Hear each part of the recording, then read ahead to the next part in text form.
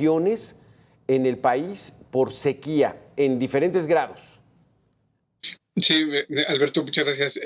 Tenemos un 87% del territorio nacional que está en esta temporada de sequía con altas temperaturas. Esto implica, pues, de que la etapa de estiaje, pues, afecta a la parte referente a el campo, el cultivo de frutas, verduras, hortalizas, legumbres, y por supuesto, esto se refleja tanto al precios al productor como precios al consumidor.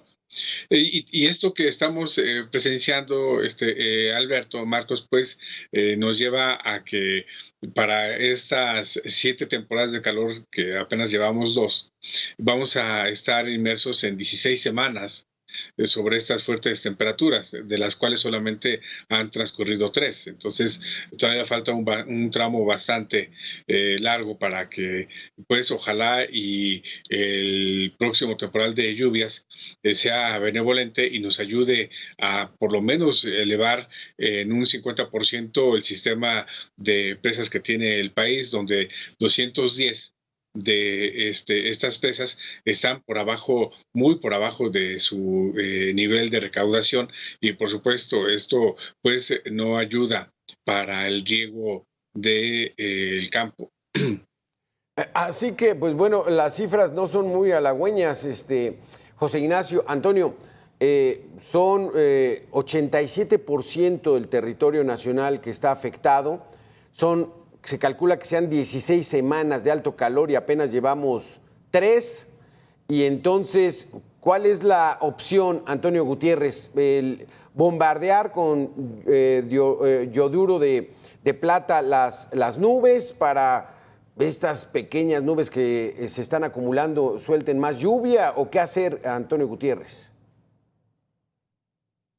Realmente el bombardeo yo creo que son de las acciones más de desesperación, como lo hemos estado mencionando. Si bien te pueden provocar y ayudar a que llueva algo, no se está atendiendo el problema fundamental desde nuestro punto de vista, que es la restauración de las cuencas. Efectivamente, llevamos 3 años con una sequía fuerte. Más de la mitad del territorio se encuentra bajo este esquema. Solamente el sureste es el que se ha visto beneficiado y algunas zonas en el norte. Si bien en algunos reportan beneficios, el tema del bombardeo no deja de ser una acción que va en contra de la naturaleza. Estás modificando el ciclo, estás modificando el ambiente.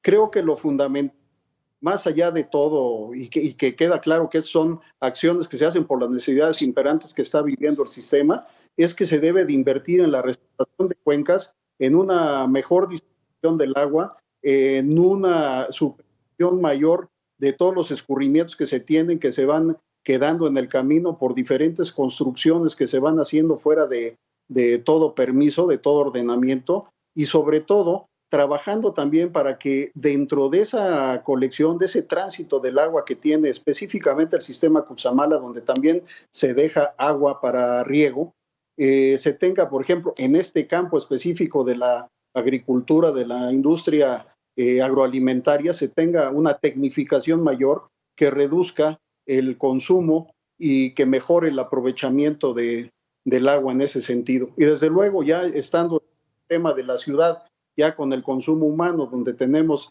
la mayor demanda en el Valle de México, pues trabajar mucho con la cultura del agua. Nos hacen falta programas específicos que vayan dirigidos a la reducción de todo esto y mejorar la inversión para que podamos disminuir la cantidad de fugas que es tan grande en todos los sistemas de distribución. Antonio Gutiérrez, cuando hablas de restauración de cuencas, ¿qué significa esto? Mira, en principio, trabajar desde la zona alta. Sabes que tenemos una gran deforestación, una tala inmoderada, no existe control, no existen programas de aprovechamiento forestal realmente para poder seguir conservando el bosque, que es la verdadera fuente de lluvias, donde tenemos una fábrica de lluvia. De ahí seguir las obras que se tienen que hacer, poniendo gaviones, en fin, para evitar el arrastre de fino suelo vegetal, mejorar las condiciones, como te decía, de los propios conductos naturales, arroyos, escurrimientos, y poder seguir permitiendo. Te pongo el ejemplo en el caso de La Jusco, de Magdalena Contreras, de Miguel Hidalgo, de Coajimalpa, de Milpalta, que se han ido invadiendo todas las zonas que originalmente eran de recargas para el acuífero subterráneo. A eso nos referimos con la restauración de cuencas. José Ignacio, es una labor donde, como todas las cosas, tiene que traer presupuesto. ¿Cómo andamos en el presupuesto en este tema de evitar la sequía, de reforestar, de restaurar las cuencas? Sí, yo creo que Antonio ya puso sobre la mesa los problemas estructurales que a lo largo de los años el gobierno en sus tres niveles, municipal, estatal, federal, más allá de quien lleve, los partidos de que lleven a los gobiernos en turno. Y esto es precisamente lo que nos lleva a este aspecto, Alberto Antonio, de que, por ejemplo, ahora el 30 de marzo, que se presentaron los precriterios generales de política económica, sobre el punto que bien subrayas, Alberto, no se encuentra de manera así muy precisa un recurso presupuestario que nos lleve a esta partida. Habría que estar atentos a lo que se presente, los criterios generales de política económica para el presupuesto 2024, este 8 de septiembre. Pero sí tomamos en consideración por lo menos los 5 presupuestos anteriores, pues la verdad es que ya sabemos que cómo va a estar el punto. No va a haber una partida presupuestal. No estoy diciendo que las oficinas, las dependencias federales no tengan presupuesto. Simplemente subrayo de que no hay una partida presupuestal estrictamente para atacar de fondo, de manera estructural, los problemas que bien presenta Antonio. Y yo agregaría, con relación a lo que él bien precisa, la parte referente a que en la zona metropolitana dejamos perder los ríos naturales de la zona alta de la ciudad a la zona baja, se contaminaron totalmente. Y esto, por supuesto, pues nos arroja esta situación que ahora presenta el Valle de México, pero también otras zonas metropolitanas, como es el caso de Monterrey ahora también. Sí, Monterrey, Guadalajara, todas están sufriendo de esa situación. Vamos a hacer una pequeña pausa y quiero que regresemos con esa situación. O sea, ¿por qué no se trabaja en la restauración de las cuencas, sobre todo aquí en el Valle de México, que somos casi 25 millones de habitantes? Con ese tema espero que regresemos. José Ignacio, Antonio Gutiérrez, en 2 minutos.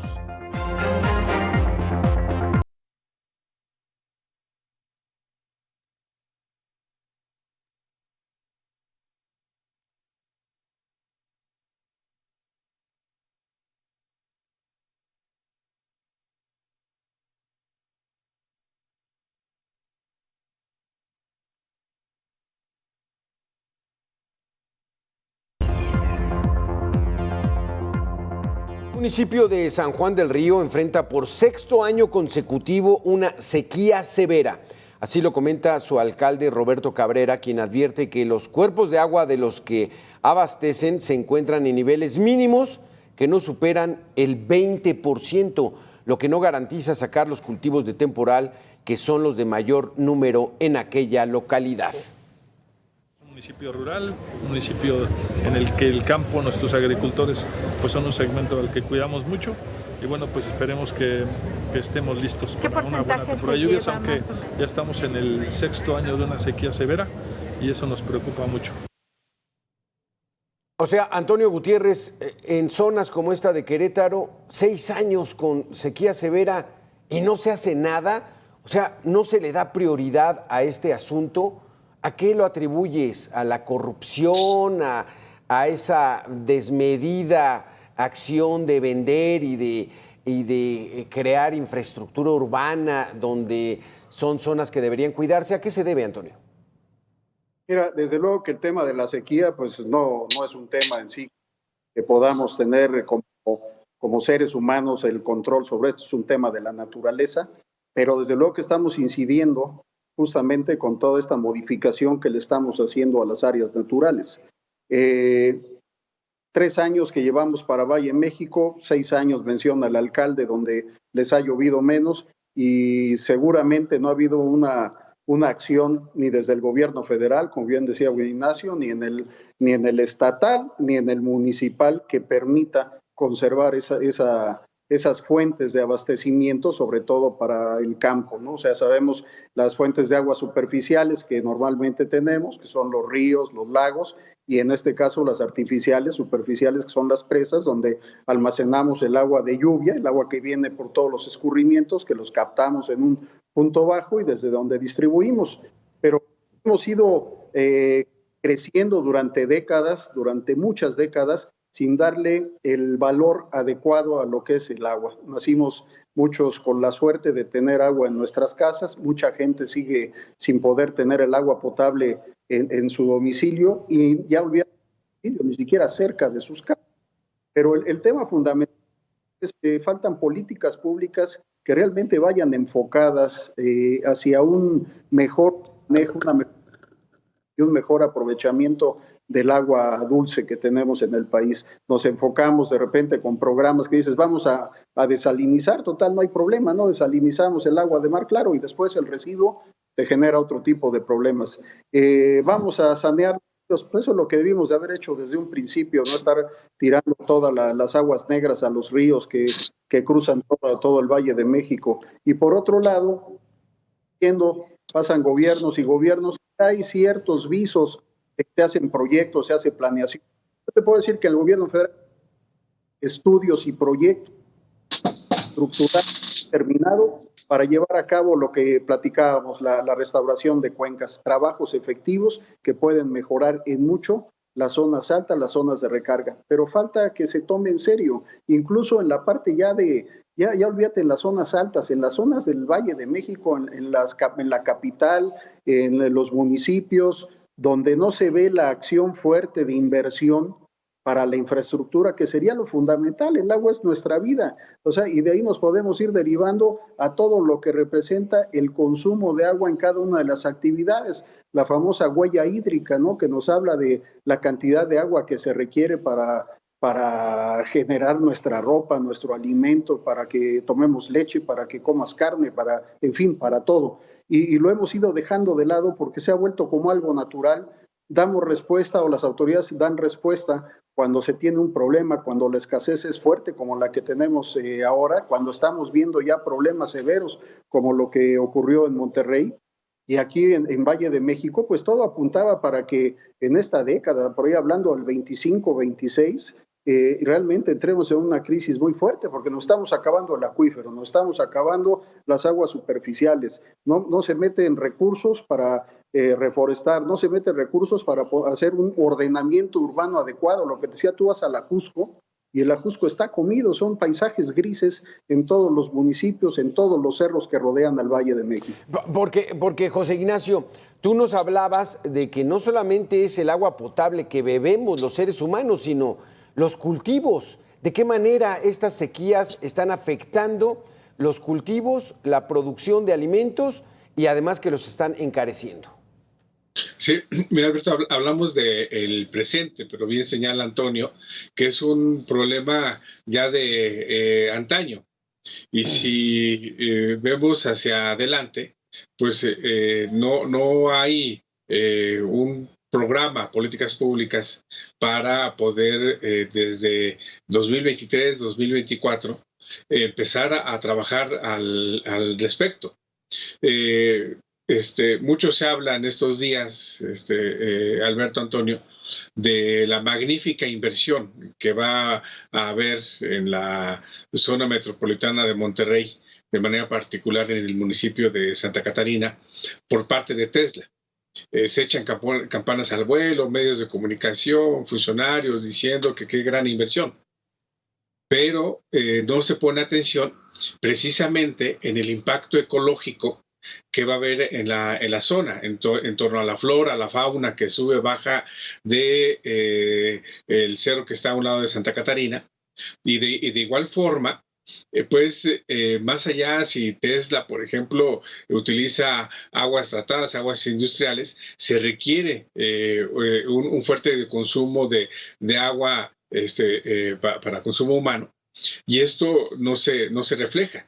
Esto lo comento porque pues si vemos igual el entorno de la zona metropolitana de Monterrey, la parte referente a Coahuila, pues es de enorme sequía. Sin embargo, se habla mucho de la parte de la industrialización. Y bien lo precisa Antonio, esto lo vemos hacia el norte del país, ¿no? Una zona totalmente industrializada, manufacturera, la zona de exportación de excelencia. ¿Cuál es el resultado? Pues esta carencia de desarrollo humano que ahora arroja esta situación.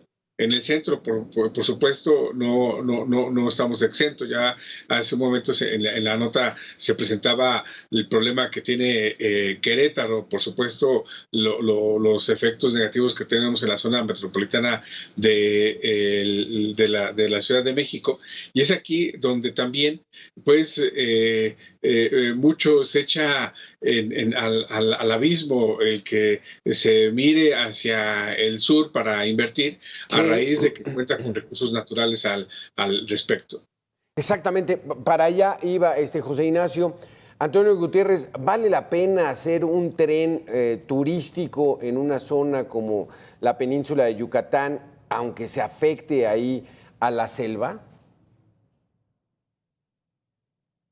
A título personal, te puedo decir que yo estoy en contra de la devastación que se está haciendo en la selva, más allá de los beneficios que pudieran manejar en el análisis de costo-beneficio que se haya hecho, pensando que así hubiera sido. No conocemos las manifestaciones de impacto ambiental, se manejan datos poco fiables, pero a final de cuentas, tristemente, ya lo están haciendo. Está por echarlo a andar, según comenta el gobierno, a finales de este año. Desde luego que ese tipo de impactos genera problemas severos, o sea, rompes por completo la estabilidad ecológica de una zona tan importante como es la selva que tienes en todo Quintana Roo, Tabasco, Campeche, lo que vas a pasar por ahí, ¿no? Son temas realmente difíciles que no se están contemplando, pero te digo, al final de cuentas, cuando hablamos del tema del producto final, que es el agua, se nos olvida que el agua no se forma porque sí, porque perforamos y ahí está el agua. No, pues tiene un proceso, un ciclo natural, desde su generación, su infiltración, en fin, todo esto se requiere la selva, se requieren los bosques para que sigamos teniendo un planeta sano. A esto le aumentas toda la parte del calentamiento global, del cambio climático, y la verdad es que no se ve el sentido de que la inversión se haya dirigido a proyectos sí prioritarios por una política determinada, porque así lo analizó el gobierno en turno, y no sería lo único que se puede criticar, ya no solo de este gobierno, sino yendo incluso con gobiernos anteriores, pero aquí el tema fundamental es por qué no invertir más. ¿Cuándo se va a dar cuenta el gobierno federal que realmente hace falta meter más dinero a través de los programas federalizados que se hicieron durante mucho tiempo para poder apoyar a los estados y los municipios en todo este desarrollo de infraestructura? Trabajar más en el saneamiento del agua, trabajar más en la reutilización del agua, trabajar incluso a nivel municipal, a nivel de alcaldía, en la modificación de los reglamentos de obra que te obliguen a un mayor aprovechamiento del agua de lluvia para poderla utilizar en su momento en los excusados, en las lavadoras, en fin, en algo con un previo tratamiento si es que fuera necesario, en desarrollos muy grandes, en plazas y demás, pues utilizar el agua tratada. Vemos, con desgracia, tú entras a una plaza y a final de cuentas hay fugas en los baños, se utiliza el agua normal, son raras las plazas donde realmente se cumple, pero todo eso debe de venir desde que los gobiernos dan las factibilidades para la construcción. Entonces, lo que está pasando es que como hay dinero, entra dinero fácil y rápido por el pago de ciertos artículos, cobros fiscales y el cobro mismo de las factibilidades de agua, son pocos los municipios, las alcaldías que realmente ponen restricciones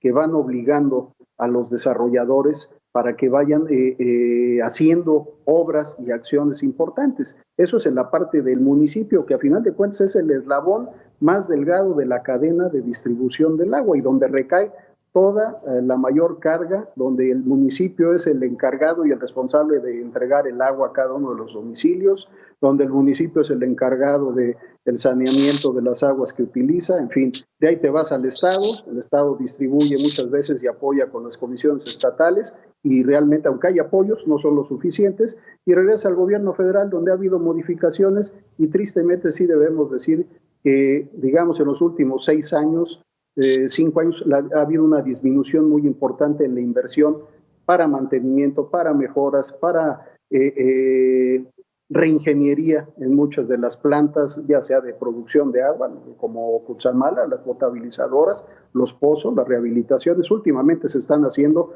creo que van a ayudar en algo para solventar esta crisis que tenemos de Cutzamala, pero le seguimos pegando al acuífero, ¿no? Pero no es su prioridad, Antonio Gutiérrez, del actual gobierno federal, la recuperación del agua. José Ignacio, quiero regresar contigo con el tema del Tren Maya. Si ya ustedes, desde acuerdo a tu laboratorio de análisis en comercio, economía y negocios, ya traen un estimado, porque poco se sabe el costo-beneficio de este Tren Maya, porque no solamente está deforestando la selva, sino que está contaminando los cenotes y los mantos freáticos. Pero con eso regresamos en 2 minutos. Antonio Gutiérrez Marcos, miembro fundador de Ciudad Posible. José Ignacio, ¿ya tienen ustedes un estimado de este costo-beneficio del Tren Maya? O sea, ¿ya hay información para que valga la pena un proyecto de esa magnitud que nos está costando muchísimo? O sea, ¿va a valer la pena hacerlo? Fíjate que más allá de la cuestión monetaria, que tiene su relevancia, pondría énfasis en el tema central de esta mesa de análisis, ya que de 2021 hasta 2030 habrá un efecto de deforestación de casi 9.793 hectáreas. Esto allá pues casi 5 o 6 años. Pero el impacto lo tendremos, Alberto, Antonio, de largo alcance, a raíz de que será de 2030 a 2050 el otro gran impacto, donde se dará una deforestación en alrededor de 5.183 hectáreas, que es ahí donde bien precisa Antonio el impacto hacia los ecosistemas, ¿no? Que es ahí donde entonces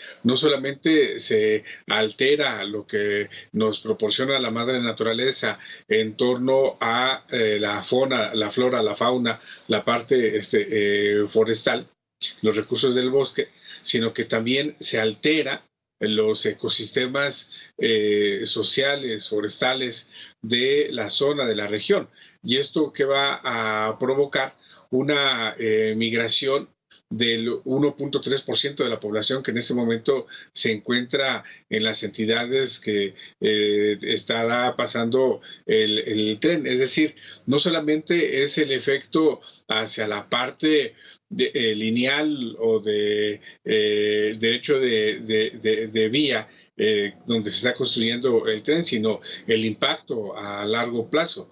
Y esto, por supuesto, pues es resultado de la no transparencia de los proyectos de impacto ambiental que se requieren para obras de esta magnitud.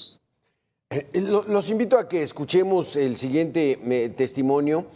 Dice, con la finalidad de aprovechar el agua de lluvia y sanear la mayor cantidad de agua posible, el Congreso de Hidalgo aprobó una iniciativa con la cual instancias de gobierno, empresas privadas y hasta hogares podrán hacer aportaciones para obras en infraestructura hidráulica.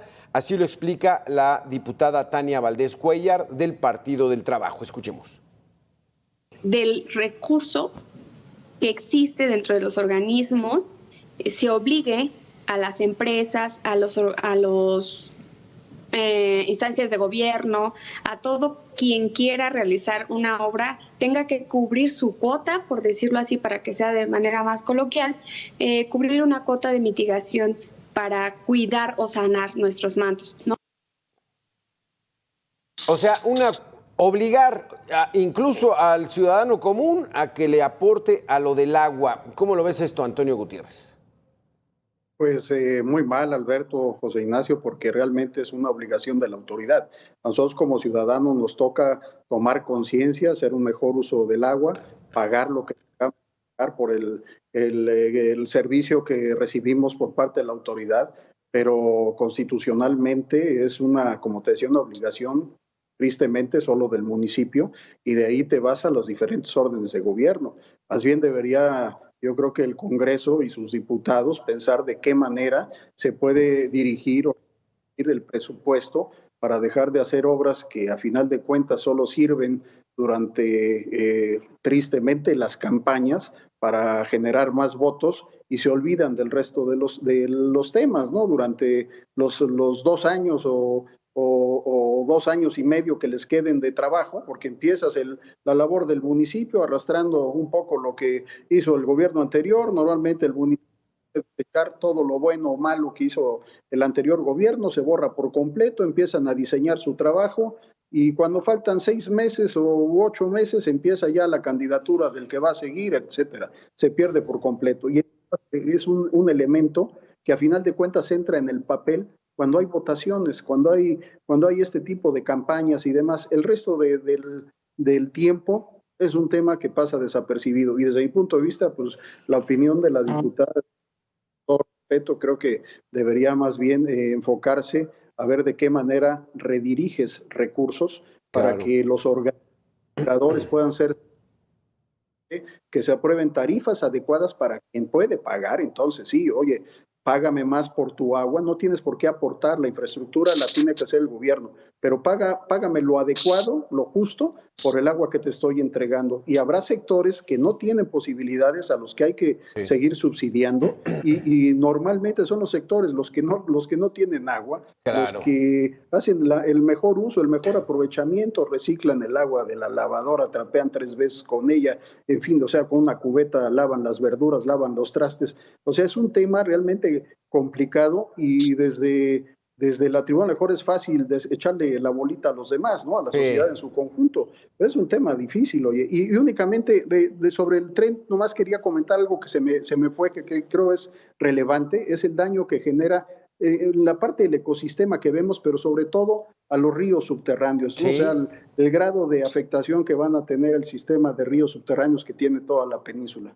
Esa era la acotación, Alberto, José Ignacio. Sí, porque ya nos dijeron ustedes que no es prioritario para este gobierno federal el asunto del agua, pero sí es prioritario un aeropuerto que costó casi 130,000 millones de pesos, una refinería de Dos Bocas que dicen que va a costar 12,000, 14,000, 16,000 millones de dólares, y también José Ignacio, el Tren Maya, que también cuánto va a costar. O sea, no sabemos, pero hay dinero. ¿De qué hay dinero? Hay dinero para estas obras magnas. Sí, y lo que hace falta precisamente, como bien precisa Antonio, es invertir en políticas de largo alcance para este tipo de proyectos. Esto, en políticas de Estado, ¿no? Pero también aquí, Alberto, Antonio, habría que ver, por lo menos en lo que tenemos en la Ciudad de México, en la parte de las alcaldías, donde pues como vecinos uno pasaba en un predio donde estaba una casa pues relativamente grande, un terreno amplio, y sobre ese terreno, pues ahora las alcaldías pues permiten construcciones de 15, 20, 30 pisos, ¿no? Tenemos en el sur de la ciudad un caso de la Torre Mítica, donde pues en un terreno donde había una familia de 6, 8 personas, ahora estarán habitando alrededor de 2,500 personas.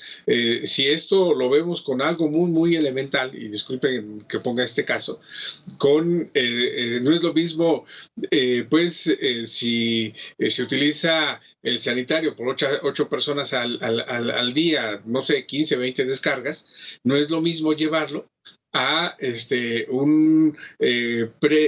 ahora una construcción donde habitan 2,500 personas por 5 o 6 descargas al día, multiplicado por este número de personas. Entonces, es allí donde también hay que ver los enormes actos de corrupción en los 3 niveles de gobierno, cualquiera que sea el partido que haya llevado al gobierno al poder. En todos lados se da, en todos lados tenemos estos actos de corrupción. Entonces, esta es otra cuestión que tenemos. Y también tenemos no solamente este desordenamiento del hábitat en zonas marginadas, sino que también puede haber y hay construcciones con todas con todo el proceso urbanístico, como es el caso de la Jusco, como es el caso de San Pedro Garza García en Monterrey, donde encontramos zonas de alto ingreso de decil 10, ¿no? Que son las que están sustrayendo recursos hídricos naturales, por supuesto, presupuestales, para alimentar de servicios a estas zonas. Por supuesto, aunado también a desordenamiento urbano que está en la otra parte de decil 1, de decil 2 de ingresos. A lo que voy con esto es que, pues, si le echamos una mirada al hombro, que es lo que estamos viendo, sí. Que no hubo en su momento políticas públicas. Viendo hacia adelante, ¿qué es lo que hay que ver para el 8 de septiembre, cuando se presente el presupuesto federal para 2024? Pugnar porque efectivamente haya partidas presupuestales dirigidas estrictamente a este sistema de construcción, como bien precisa Alberto, en torno a políticas que nos lleven a tener programas de largo alcance en torno a reformas hídricas, hidráulicas, sí. Y por supuesto que esto pensar en las próximas 2, 3 generaciones, porque son las que realmente van a sufrir estas carencias de lo que ahora estamos heredando. Porque, José Ignacio, Antonio, se nos acaba el tiempo, pero de acuerdo a lo que nos han dicho, podría yo resumir que hay desinterés, desorganización, desorden y una falta de voluntad para tratar el tema del agua y a ver cómo nos va. Agregaría 2 puntos más, Alberto, rápidamente. Omisión y falta de acción. Omisión y falta de acción. Qué barbaridad. José Ignacio Martínez, muchísimas gracias. Antonio Gutiérrez Marcos, muchísimas gracias. Muy interesante este concepto. Y ahí es, o nos ponemos a trabajar en serio, y me refiero a nos ponemos, los gobernantes lo tienen que hacer, porque si no nos vamos a meter en un embrollo que al rato la vamos a padecer todos. Muchísimas gracias a los dos por haber estado con nosotros. Saludos, gracias. Gracias, Ignacio. Hasta luego, Alberto.